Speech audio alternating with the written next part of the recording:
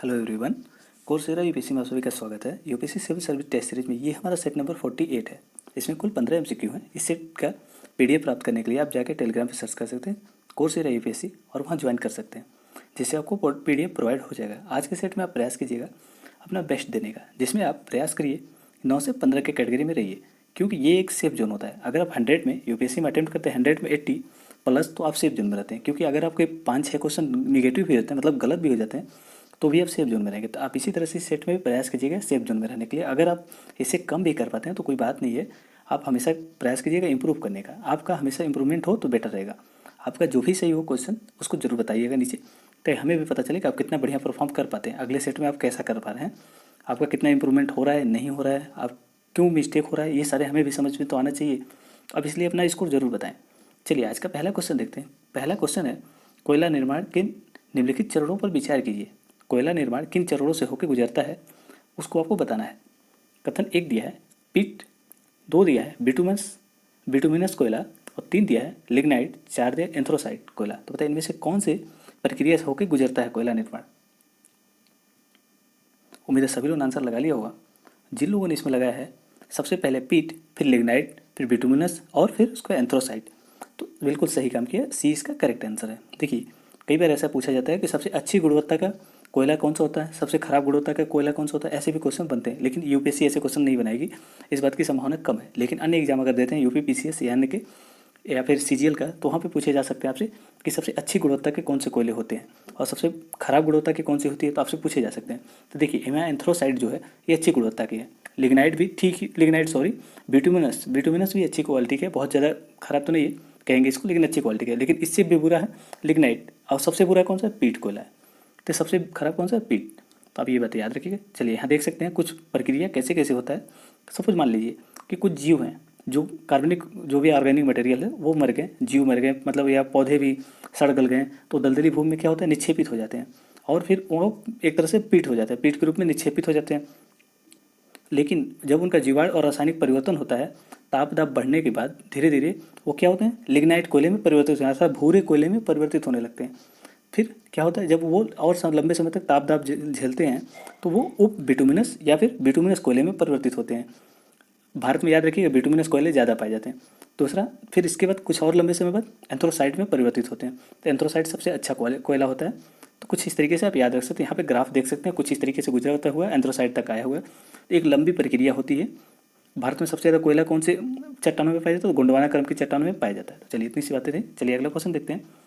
जब कोयले को जलाया जाता है तो निम्नलिखित में से कौन सी विषाक्त पदार्थ या प्रदूषक का उत्सर्जन होता है, आपको ये बताना है। कोयले के जलाने से कौन कौन से विषाक्त पदार्थों का उत्सर्जन होता है।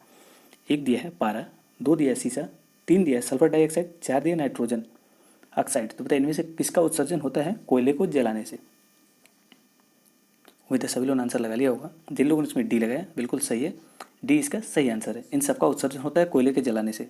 देखिए अभी जल्दी ही एयर क्वालिटी इंडेक्स निकाला गया था, जिसमें भारत के कई शहरों का नाम आया था। तो इसलिए ऐसे क्वेश्चन आपको देखने के लिए मिल सकते हैं। हो सकता हो कि ऐसे क्वेश्चन डायरेक्ट या इनडायरेक्ट रूप में मिले, इसलिए प्रैक्टिस कर लेना ज़्यादा जरूरी होता है। तो क्यों ऐसा होता है, भारत के शहरों में एयर क्वालिटी इतनी खराब क्यों है, तो आपको पता होगा कि भारत में ज़्यादातर थर्मल पावर प्रोजेक्ट है, न्यूक्लियर पावर प्रोजेक्ट हमारे वहाँ कम है, परमाणु ऊर्जा संयंत्र कम है। लेकिन यहाँ पे हमारे सबसे ज़्यादा थर्मल पावर प्रोजेक्ट है जो कि कोयले से संचालित होते हैं। अब ऐसे में ज़्यादा पॉल्यूटेंस तो रिलीज होते ही हैं और फिर एयर क्वालिटी ख़राब हो जाती है। तो आप ऐसे देख सकते हैं कि कौन कौन से यहाँ पे पॉल्यूटेंस जो होते हैं रिलीज होते हैं, उनमें होगा कार्बन डाइऑक्साइड, ये तो सभी लोग कर लेंगे, फिर पारा, सीसा, सल्फर डाइऑक्साइड, नाइट्रोजन और नाइट्रोजन ऑक्साइड, पार्टिकुलेट मैटर भी होते हैं और कुछ अन्य भारी धातुएं भी होती हैं जो स्वास्थ्य के लिए समस्या उत्पन्न करती है, जैसे कि अस्थमा, सांस लेने में समस्या, कठिनाई उत्पन्न होती है, मस्तिष्क की क्षति होती है, हृदय रोग समस्याएं उत्पन्न करती है, कैंसर और तंत्रिका तंत्र में भी समस्या होती है और जिसकी वजह से समयपूर्ण मृत्यु हो जाती है। तो उम्मीद है आपको समझ में आया होगा। चलिए अगला क्वेश्चन देखते हैं। अगला क्वेश्चन है, चबहार बंदरगाह के संदर्भ में निम्नलिखित कथनों पर विचार कीजिए। कथन 1 दिया हुआ है, यह एक ईरानी बंदरगाह है जो फारस की खाड़ी में स्थित है। तो बताइए फारस की खाड़ी में स्थित है या ओमान की खाड़ी में स्थित है। दूसरा दिया हुआ है, भारत, ईरान, अफगानिस्तान ने वर्ष 2016 में चबहार बंदरगाह के विकास के लिए त्रिपक्षीय समझौता किया था। तो बताइए इनमें से कौन सा कथन सही है। उम्मीद है सभी लोगों ने आंसर लगा लिया होगा। जिन लोगों ने 2 लगाया था बिल्कुल सही है। यहाँ पे अगर देखें पहला क्यों गलत है, क्योंकि ये फारस की खाड़ी दिया हुआ जबकि ये ओमान में है, चबहार बंदरगाह ओमान में है, तो ऐसे में हमारा पहला गलत हो जाता है। दूसरा, भारत, ईरान और अफगानिस्तान कि त्रिपक्षीय समझौते की वजह से ये 2016 में आया था चबहार बंदरगाह। तो आप यहाँ पे देख सकते हैं गल्फ ऑफ ओमान में स्थित है, न कि चबहार, सॉरी वहाँ पे क्या था, यहाँ पे दिया होता फारस की खाड़ी में, जो कि गलत है। यहाँ पे गल्फ ऑफ ओमान में है। अगर दूसरी चीज़ देखें यहाँ पे तो ओमान की खाड़ी में स्थित है।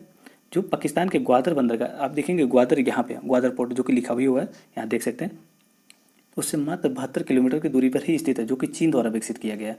तो आप ऐसे भी समझ सकते हैं चीन को कहीं ना कंटेन करने के लिए भी एक तरह से काम करता है, उसको नियंत्रित करने के लिए भी काम करता है। और दूसरा चीज़ देखें तो ये एकमात्र ईरानी बंदरगाह है जिसकी हिंद महासागर तक सीधी पहुँच है, और इसमें 2 पोर्ट हैं, इसमें 2 अलग अलग बंदरगाह हैं। पहला है शहीद बेहेश्ती और दूसरा क्या है, शहीद कलंतरी। ये 2 बंदरगाह इसी के अंतर्गत आते हैं। दूसरा चीज़ देखें, चबहार बंदरगाह को इंडो पैसिफिक रणनीति के अंतर्गत भी एक भाग के रूप में देखा जाता है, जिससे इसके माध्यम से, मतलब इस बंदरगाह के माध्यम से सीधे हम यूरोप तक भी पहुंच स्थापित कर पाते हैं। चलिए अगला क्वेश्चन है। अगला क्वेश्चन दिया, निम्नलिखित कथनों पर विचार कीजिए। कथन 1 है, प्रधानमंत्री जन औषधि योजना के क्रियान्वयन के लिए आयुष मंत्रालय जिम्मेदार है। कथन 2 दिया है, जन औषधि केंद्रों की स्थापना स्वयं सहायता समूह और गैर सरकारी संगठनों द्वारा अस्पताल परिषद के बाहर कहीं भी किया जा सकता है। तो आपको बताना है पीएम जन औषधि केंद्र के संबंध में कौन सा सही है। कोरोना महामारी के दौरान इसकी ज़्यादा महत्व बढ़ गई थी। तो उम्मीद है सभी लोगों ने आंसर लगा लिया होगा। जिन लोगों ने इसमें लगाया 2 बिल्कुल सही है। क्यों? क्योंकि आयुष मंत्रालय के अंतर्गत नहीं आता है। जब ये योजना प्रारंभ की गई थी तो ये डिपार्टमेंट ऑफ फार्मास्यूटिकल के अंतर्गत आता था, जो कि काम करता है किसके अंदर, ministry of chemical and fertilizer के अंतर्गत काम करता है। कौन सा? Department of pharmaceutical. लेकिन इसको बाद में परिवर्तित कर दिया गया। किसको, अब कौन संभालता है इसको? Bureau of pharmaceutical PSUs of India, मतलब ये संभालता है इसको। पीएम बीजेपी, आप आसानी से इसको याद कर सकते, बीजेपी गवर्नमेंट से भी याद कर सकते, पीएम बीजेपी, तो ऐसे भी याद कर पाएंगे। देखिए ये 2015-16 में फिर से शुरू की गई थी। इसके पहले 2008 में इसको प्रारंभ किया गया था, जो बीच में काम करना थोड़ा सा बंद कर दिया, लेकिन फिर दोबारा इसको शुरू किया गया 2015-16 में। पीएम बीजेपी के नाम से फिर से शुरू किया गया था। प्रधानमंत्री जन धन योजना के नाम से इसका नाम है ब्यूरो ऑफ फार्मास्यूटिकल पीएसयू, इसका नाम है, इसके अंतर्गत शुरू किया गया था इसको। जो इसका नाम इस समय क्या है, जन औषधि सुगम ऐप भी शुरू किया गया है, तो इस समय भी वही नाम है इसका, जन औषधि योजना का पीएम जन औषधि केंद्र के नाम से स्थापित किया जा रहा है। प्रधानमंत्री योजना के अंतर्गत एक है प्रधानमंत्री जन औषधि केंद्र खोले जा रहा है। और इसमें देखिए इसको खोलेगा अगर कोई व्यक्ति स्वतंत्र रूप से तो क्या होगा, 2.5 लाख रुपए का सरकार द्वारा अनुदान दिया जाएगा, ग्रांट दिया जाएगा। आपको पता होगा ग्रांट और एक तरह का लोन, दोनों में डिफरेंट क्या होता है। अगर ग्रांट दिया जाता है तो ये इसको वापस करने की जरूरत नहीं होती है, रीपे करने की जरूरत नहीं होती है। लेकिन अगर एक तरह का अगर लोन दिया जाता है तो पे करने की ज़रूरत होती है। तो अगर किसी को कोई मतलब डॉक्टर या फिर फार्मासिस्ट या फिर कोई उद्यमी या फिर एसएचजी या फिर एनजीओ, ये कोई भी जाके स्थापित कर सकता है, और उसको कितने का ग्रांट मिलेगा इसमें, 2.5 लाख का। और इसी के अंतर्गत एक ऐप भी जारी किया गया, जन औषधि सुगम एप्लीकेशन, जिससे पता चलेगा कि वहाँ पे अवेलेबल कौन कौन सी मेडिसिन हैं। तो कुछ ये भी जरूरत है, आप याद रखिएगा इनका, bureau of pharma PSU of India, ये याद रखिएगा, यही इसको इस समय संचालित कर रहा है। चलिए अगला क्वेश्चन है, निम्नलिखित कथनों पर विचार कीजिए। कथन 1 दिया है, भारतीय राष्ट्रीय भुगतान निगम एनपीसीआई भारत में खुदरा भुगतान और निपटान प्रणाली के संचालन हेतु एक समग्र संगठन है। कथन 2 दिया है, यह भारतीय रिजर्व बैंक और भारतीय बैंक संघ आईबीए की एक पहल है। कथन 3 दिया होगा, एनपीसीआई कंपनी अधिनियम 2013 की धारा 8 के तहत गैर लाभकारी संगठन है, यह कंपनी है। तो बताइए इनमें से कौन सा कथन सही है। उम्मीद है सभी लोगों ने आंसर लगा लिया होगा। जिन लोगों ने इसमें डी लगाया, करेक्ट आंसर उनका डी, भारतीय राष्ट्रीय भुगतान निगम एनपीसीआई भारत में खुदरा भुगतान और निपटान प्रणाली के लिए एक प्रमुख संगठन है ये। दूसरा चीज़ देखें तो इसको आरबीआई और आईबीए मतलब इंडियन बैंकिंग एसोसिएशन की एक पहल है, जो कंपनी अधिनियम 2013 की धारा 8 के अंतर्गत एक गैर लाभकारी कंपनी है। आप कुछ ब्यूरो यहाँ पे देख सकते हैं। तो देखिए ये क्या है, एक अम्ब्रेला एंटिटी है जो अनेकों प्रकार के काम करती है। इसी संबंधित हमेशा क्वेश्चन देखने के लिए मिलते हैं। तो इसका गठन कब किया गया था? इसका गठन किया गया था भुगतान निपटान प्रणाली अधिनियम 2007 के अंतर्गत 2008 में किया गया था, एनपीसीआई का गठन, जो कि नॉट फॉर प्रॉफिट ऑर्गेनाइजेशन है। और इसे किसके अंतर्गत, सभी कंपनी अधिनियम 2013 के अंतर्गत सेक्शन 8 के अंतर्गत इस्टेब्लिश किया गया है। और इसमें कुल 10 बैंक हैं जो इसको प्रवर्तक है। इस 10 पैसों का नाम तो, बैंकों का नाम तो आपसे नहीं पूछा जा सकता, फिलहाल आप याद रखिएगा। स्टेट बैंक ऑफ इंडिया है, पंजाब नेशनल बैंक है, कैनरा बैंक है, bank of Baroda, union bank और अन्य बहुत सारे बैंक हैं। 10 बैंक है तो उनका नाम तो याद रखना मुश्किल है, बस याद रखिएगा कि नॉट फॉर प्रॉफिट ऑर्गेनाइजेशन है।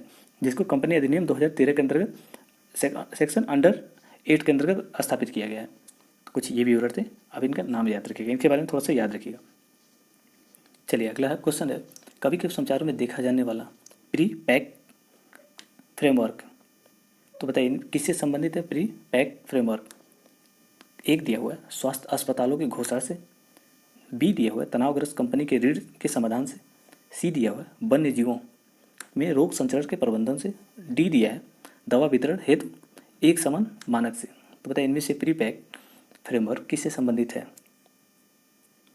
उम्मीद है सभी लोगों ने आंसर लगा लिया होगा। देखिए करंट अफेयर का क्वेश्चन है, उम्मीद है सभी लोगों ने आंसर लगा लिया, जिन लोगों ने बी लगाया था बिल्कुल सही है।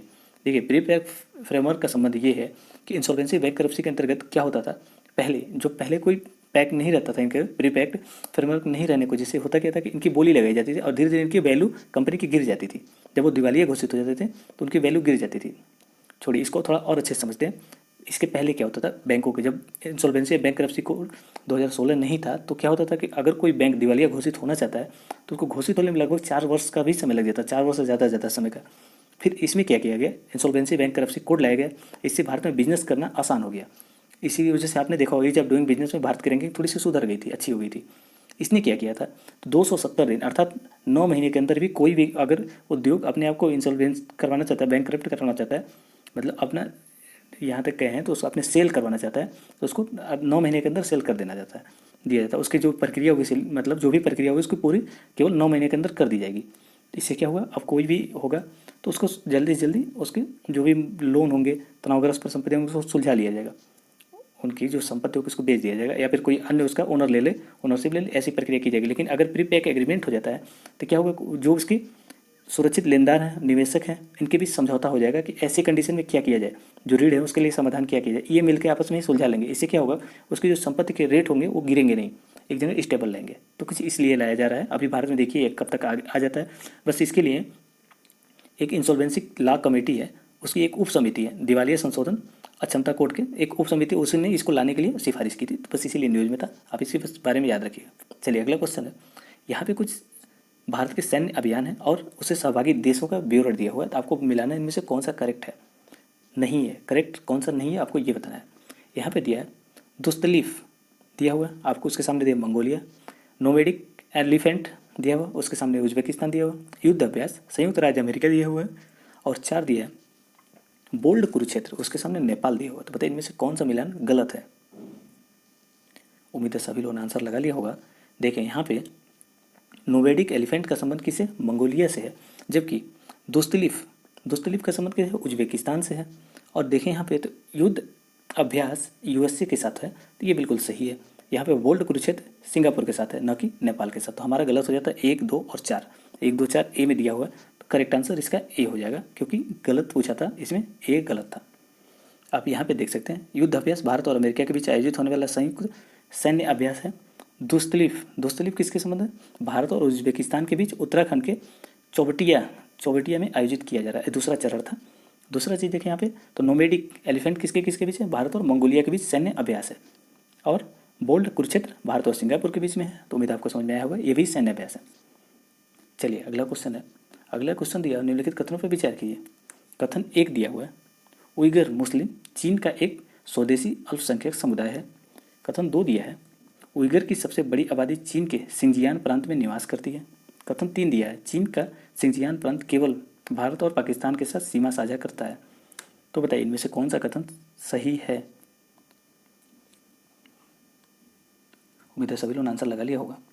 इसमें सभी लोग, ज़्यादातर लोगों के गलत होने के चांसेस है, क्योंकि सभी लोगों को लगेगा कि उइगर मुस्लिम है, उइगर मुस्लिम ये चीन के स्वदेशी अल्पसंख्यक है, जबकि चीन इनको स्वदेशी अल्पसंख्यक नहीं मानता है, तो ये गलत हो गया। अगर दूसरा देखें यहाँ पे जो दिया हुआ है उइगर मुस्लिम की सबसे बड़ी आबादी चीन के सिंजियान प्रांत में निवास करती है, तो ये बिल्कुल सही है, सिंजियान प्रांत में निवास करती है, जो कि स्वायत्त प्रांत है। टेक्निकली रूप से ये स्वायत्त है, लेकिन स्वायत्ता इसको नहीं दिया है वो। तीसरा यहाँ पे देखिए चीन का सिंजियान प्रांत केवल भारत और पाकिस्तान के साथ सीमा साझा करता है, बिल्कुल गलत है। ये भारत और पाकिस्तान के अलावा भी अन्य राज्यों के साथ सीमा साझा करता है, लगभग 8 राज्यों के साथ, मतलब 8 देशों के साथ सीमा साझा करता है। तो ये तो गलत हो गया। जिन लोगों ने इसमें लगाया 2, उनका बिल्कुल सही है। देखिए ये क्यों रहता है सिंजियान प्रांत, यहाँ देखिए बहुत सारे मिनरल्स पाए जाते हैं और चीन इन पे उनको मतलब शोषित करने के लिए, उपयोग करने के लिए हमेशा यहाँ पे करता रहता है नरसंहार, ताकि ये लोग उनके विरोध ना करें। तो बस इसीलिए न्यूज़ में रहता है। आप याद रखिएगा कि मुस्लिम अल्पसंख्यक वर्ग जो हैं ये उइगुर मुस्लिम, ये कहाँ के हैं? तो टर्की के हैं। ये टर्की के एक जातीय समूह है, निर्जातीय समूह है टर्की के।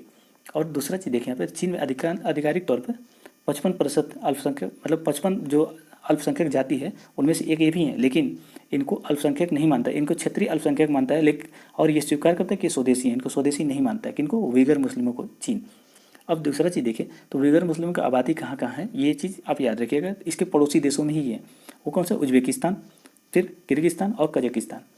इसके आसपास के जो भी पड़ोसी देश हैं वहाँ पे इसकी जनसंख्या ज़्यादा पाई जाती है। दूसरा चीज़ देखिए, तो इसका 8 देशों के साथ सीमा लगता है। किसका? यहाँ पे जिंगजियान प्रांत का 8 देशों के साथ सीमा लगता है, जिनमें भारत, पाकिस्तान, रूस, अफगानिस्तान सहित 8 देश हैं। तो वहाँ पे जो दिया हुआ था 2 देशों का, भारत और पाकिस्तान, तो बिल्कुल गलत था, अन्य भी लगते हैं।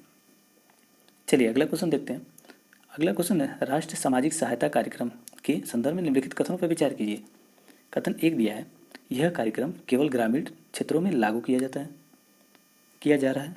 2 दिया है, इस कार्यक्रम का राष्ट्रीय मातृत्व लाभ योजना का हिस्सा है।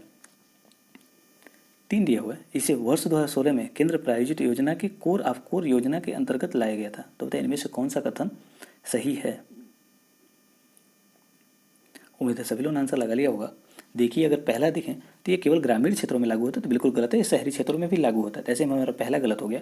दूसरा चीज़ देखें, तो इस कार्यक्रम का जो राष्ट्रीय मातृत्व योजना का हिस्सा है, तो ये बिल्कुल गलत है। इसको ट्रांसफ़र कर दिया गया किसके अंदर? Family and health welfare ministry के अंदर ये ट्रांसफ़र कर दिया गया। तो ये चीज़ गलत हो गया। अगर 3 देखें तो इसमें सही है, सी इसका करेक्ट आंसर है। आप यहाँ पे देख सकते हैं, इसको किसको ट्रांसफ़र कर दिया? स्वास्थ्य परिवार कल्याण मंत्रालय, सॉरी हमने फैमिली वेलफेयर, स्वास्थ्य वही तो है, यहाँ पे स्वास्थ्य परिवार कल्याण मंत्रालय ही है, उसको ट्रांसफ़र कर दिया गया था। तो इसलिए ये अब नहीं इसके अंतर्गत है। किसके अंतर्गत? राष्ट्रीय सामाजिक सहायता कार्यक्रम के अंतर्गत यह काम नहीं करता है। इसके अंतर्गत कौन कौन से हैं? तो इसके अंदर 5 घटक हैं, जो कि यहाँ देख सकते हैं। इंदिरा गांधी राष्ट्रीय वृद्धावस्था पेंशन योजना इसके अंतर्गत सम्मिलित है। राष्ट्रीय परिवार लाभ योजना है, और अन्नपूर्णा योजना है। अन्नपूर्णा योजना के आपको पता होगा कि इसके अंतर्गत राशन प्रोवाइड कराया जाता है। दूसरा चीज़ देखिए यहाँ पे, इंदिरा गांधी राष्ट्रीय विधवा पेंशन योजना, इंदिरा गांधी राष्ट्रीय विकलांगता पेंशन योजना। ये 5 योजनाएं घटक अभी भी इसके अंदर सम्मिलित है। कौन किसके अंतर्गत? राष्ट्रीय सामाजिक सहायता कार्यक्रम के अंतर्गत। अब ये 5 घटक तो आपको याद नहीं होगा, कोई जरूरत याद करने की भी नहीं। तो इसको पहली बार कब लागू किया गया था, ये चीज़ आपसे पूछा जा सकता था। 15 अगस्त 1995 को केंद्र प्रायोजित योजना के अंतर्गत लागू किया गया था, और 2016 में केंद्र सरकार ने इसको कोर ऑफ कोर स्कीम के अंतर्गत सम्मिलित कर लिया था। बस ये 2 बातें याद रखिएगा। और इसका क्रियान्वयन कौन सा मंत्रालय करता है, तो ये बात आपको याद रखने की जरूरत है। तो इसका क्रियान्वयन करता है विकास मंत्रालय द्वारा एक प्रशासित कल्याणकारी कार्यक्रम है। तो इसको कौन संचालित करता है? विकास मंत्रालय, ग्रामीण विकास मंत्रालय करता है, ग्रामीण विकास मंत्रालय को संचालित करता है। बस इतनी सी बातें आप याद रखिएगा। और यहाँ पे अगर जो आपको दे दे तो आप याद रखिएगा, राष्ट्रीय मातृत्व लाभ योजना आप कौन संचालित करता है? तो स्वास्थ्य परिवार कल्याण मंत्रालय इसको संचालित करता है। चलिए अगला क्वेश्चन देखते हैं। अगला क्वेश्चन है, एयर इंडिपेंडेंस प्रोपल्सन प्रणाली के संदर्भ में निम्नलिखित कथनों पर विचार कीजिए। API नहीं है, AIP है यहाँ पे। API फार्मास्यूटिकल कंपनियों में लगता है, लेकिन AIP यहाँ पे है। कथन 1 दिया है, इसे परमाणु पनडुब्बी की घातक और गोपनीयता को कई गुना बढ़ाने के लिए किया जाता है। दूसरा दिया हुआ है, AIP प्रणाली आधारित पनडुब्बी लंबे समय तक पानी के भीतर रह सकते हैं। तो बताइए इनमें से कौन सा कथन सही है? किसके संबंध में? एयर इंडिपेंडेंट प्रोपल्सन के संबंध में। उम्मीद है सभी लोगों ने लगा लिया होगा AIP प्रणाली सिस्टम के संदर्भ में सही आंसर। जिन लोगों ने यहाँ पे लगाया परमाणु पनडुब्बी, तो ये बिल्कुल गलत है। परमाणु पनडुब्बी नहीं इसके लिए यूज होता है, इसके लिए डीजल पनडुब्बी होता है। डीजल पनडुब्बी को क्या करना पड़ता है? ऑक्सीजन के लिए बाहर आना पड़ता है थोड़ी थोड़ी देर के बाद, इसलिए वो उसकी जो घातक और गोपनीयता क्षमता है वो कम हो जाती है, क्योंकि उसको बाहर जाकर ट्रैक किया जा सकता है। इसकी वजह से वो कहीं ना कहीं उसकी दक्षता कम हो जाती है, जबकि ये गुणवत्ता परमाणु पनडुब्बी में नहीं होती। ये समस्या परमाणु पनडुब्बी में नहीं देखने के लिए मिलती है, क्योंकि परमाणु पनडुब्बी लंबे समय तक अंदर रह सकते हैं। तो इसी समस्या को सुलझाने के लिए AIP को डेवलप किया गया है। जिन लोगों ने 2 लगाया था करेक्ट, उनका बिल्कुल सही है 2। इसकी वजह से क्या होगा, इस प्रणाली की वजह से अब डीजल इंजन जो है, डीजल पनडुब्बी, अब उनको बाहर आने की ज़्यादा जरूरत नहीं होगी। अब लंबे समय तक वो भी अंदर रह पाएंगे। और आपको पता होगा भारत के पास डीजल पनडुब्बी जो भी हैं, उन भारत के पास ज़्यादा है। जो भी डीजल सबमरीन है हमारे पास ज़्यादा है, अब उनमें इंसर्ट कर दिया जाएगा। और DRDO ने अभी इसके आखिरी चरण का परीक्षण कर लिया है। डीजल इंजन में इसको इस्टेब्लिश किया जाएगा, जिससे बहुत कम बार समुद्री सतह पर उनके आने की आवश्यकता होगी, जिससे घातक और गोपनीयता उनकी कई गुना बढ़ जाएगी और लंबे समय तक अंदर ही रह पाएंगे। उम्मीद आपको समझ में आया होगा। चलिए अगला क्वेश्चन देखते हैं। अगला क्वेश्चन है, निम्नलिखित कथनों पर विचार कीजिए। निम्नलिखित पहलुओं पर विचार कीजिए। आपको इसमें बताना है कि तकनीकी शिक्षा को बेहतर बनाने के लिए कौन सी तक पहल चालू की गई है, प्रारंभ की गई है। कथन 1 दिया है मार्गदर्शन और मार्गदर्शक पहल, 2 दिया है उच्चतर आविष्कार योजना, 3 दिया है मनोदर्पण पहल और 4 दिया है सरल सरल पहल। बताइए इनमें से कौन सा तकनीकी शिक्षा को बेहतर बनाने के लिए शुरू की गई है। उम्मीद है सभी लोगों ने आंसर लगा लिया होगा। जिन लोगों ने इसमें लगाया सी बिल्कुल सही है। अगर देखें यहाँ पे मार्गदर्शन पहल और उच्चतर आविष्कार योजना, तो ये दोनों तकनीकी शिक्षा से संबंधित है। इसमें मार्गदर्शन और मार्गदर्शक पहल किस लिए लाया गया है, तो ये बेहतर तकनीकी शिक्षा प्रदान करने के लिए AICTC के साथ कौन सा मानव संसाधन विकास मंत्रालय, अब इसका शिक्षा मंत्रालय नाम रख दिया गया, तो ये दोनों ने मिलकर के चलाया है। दूसरा चीज़ देखें तो उच्चतर शिक्षा आविष्कार जो है उच्चतर उच्चतर आविष्कार योजना, इसका उद्देश्य क्या है, तो उच्चतर स्तर के नवाचार को बढ़ावा देने के लिए इसे चालू किया गया है। तो भारतीय विनिर्माण उद्योगों में प्रतिस्पर्धा बढ़ाई जा सके। इसमें क्या किया जाता है कि जो भी उद्योग हैं उनको जिस तरह का स्किल चाहिए वो प्रोवाइड कराया जाता है और उद्योग जो अनुसंधान है उनको बढ़ावा दिया जाता है इससे, और इनकी भी थोड़ी सी सहभागिता होती है। दूसरा चीज़ देखें मनोदर्पण, तो मनोदर्पण क्यों लाया गया था, ये कोविड-19 की वजह से जो भी समस्याएं तो मनोस्थिति की समस्याएं होती थी उनको सॉल्व करने के लिए, जैसे छात्रों को, परिवार के सदस्यों को और शिक्षकों को उनकी मनोस्थिति स्वस्थ करने के लिए लाई गई थी। तो इसके नाम से भी आप आसानी से कर सकते हैं। अब दूसरा चीज़ आपको समझने की जरूरत है, सरल क्या है। State rooftop solar out attraction state rooftop solar attraction index सरल इससे संबंधित है, और इसका उद्देश्य क्या है, तो राज्य स्तर पर जो भी उपाय किए गए हैं किससे संबंधित, सोलर रूफटॉप के संबंध में, उसका अवलोकन करने के लिए सरल पहल की गई थी। उम्मीद है आपको समझ में आया होगा। चलिए अगला क्वेश्चन है, निम्नलिखित कथनों पर विचार कीजिए। कथन 1 दिया है राष्ट्रीय विज्ञान दिवस प्रत्येक वर्ष सर चंद्रशेखर वेंकट रमन की जयंती के उपलक्ष्य में मनाया जाता है। कथन 2 दिया है सर चंद्रशेखर वेंकट रमन को रमन के प्रभाव, रमन इफेक्ट के लिए वर्ष 1930 में नोबेल पुरस्कार से सम्मानित किया गया था। बताइए इनमें से कौन सा कथन सही है। उम्मीद है सभी लोगों ने आंसर लगा लिया होगा।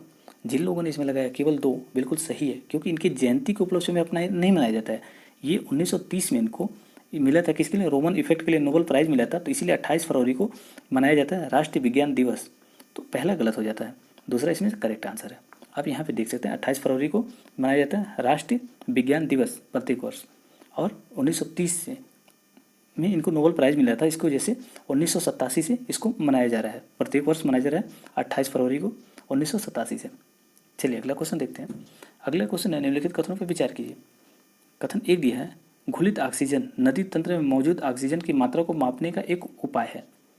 कथन 2 दिया है बायोलॉजिकल ऑक्सीजन डिमांड की अधिक मात्रा जल में कम घुलित ऑक्सीजन की मात्रा को इंगित करता है। तो बताइए इनमें से कौन सा कथन सही है।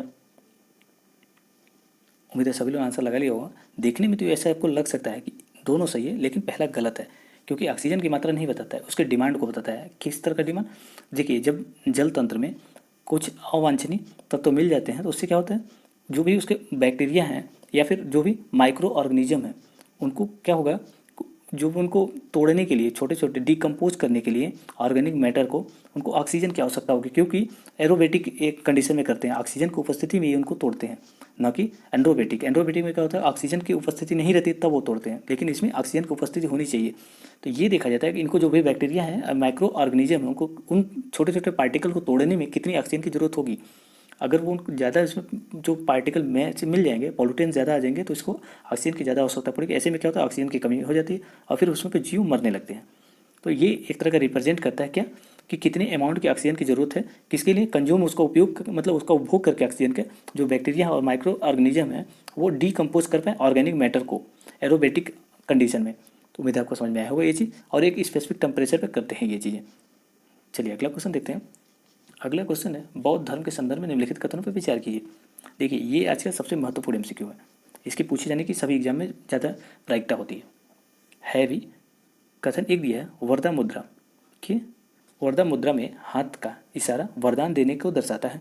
2 दिया हुआ वज्रयान शाखा को तांत्रिक बौद्ध धर्म के नाम से भी जाना जाता है। तो बताइए इनमें से कौन सा बौद्ध धर्म के संबंध में सही है। मुझे सभी लोगों ने आंसर लगा लिया होगा। जिन लोगों ने इसमें सी लगाया बिल्कुल सही है। देखिए यहाँ पे क्वेश्चन तो सिंपल था, लेकिन एक्सप्लेनेशन बहुत ज़्यादा महत्वपूर्ण हो जाता है। क्यों महत्वपूर्ण हो जाता है, क्योंकि अभी जल्दी ही झारखंड के सीतागढ़ी हिल्स में जुलजुल पहाड़ी में आप जुलजुल पहाड़ी का नाम याद रख सकते हैं, पूछ सकते हैं जुलजुल पहाड़ी कहाँ पे स्थित है, तो आप याद रखिए झारखंड में है। और यहाँ पे 900 वर्ष पुराना क्या मिला है, बौद्ध मठ का पता चला है। और उसमें देवी तारा की 4 मूर्तियाँ मिली हैं जो हाथ में वरदान देते हुए इशारा करती है, उसको वरद मुद्रा कहते हैं। वरद मुद्रा मतलब वरदान देते हुए इशारा कर रही हैं। और दूसरा चीज़ देखें तो यहाँ पे बुद्ध की 6 मूर्तियाँ भी मिली हैं जो कि भूमि स्पर्श मुद्रा में। भूमि स्पर्श मुद्रा क्या होता है, भूमि स्पर्श मुद्रा होता है कि हाथ की अंगुलियों द्वारा मतलब पृथ्वी पर की ओर इशारा करने का व्यक्त करता है। ये बुद्ध के ज्ञान को रिप्रेजेंट करता है। किसको, स्पर्श मुद्रा बुद्ध के ज्ञान को रिप्रेजेंट करता है। अब यहाँ पे ऐसे समझिए वज्रयान। अब यहाँ पे वज्रयान क्या होता है, वज्र का वाहन, जिसे तांत्रिक बौद्ध धर्म के नाम से जाना जाता है। और इसमें क्या होता है, ये बौद्ध की शाखाओं की तुलना अन्य शाखाओं की तुलना में ये काफ़ी जटिल होता है। कौन सा, वज्रयान। चलिए अगला क्वेश्चन देखते हैं।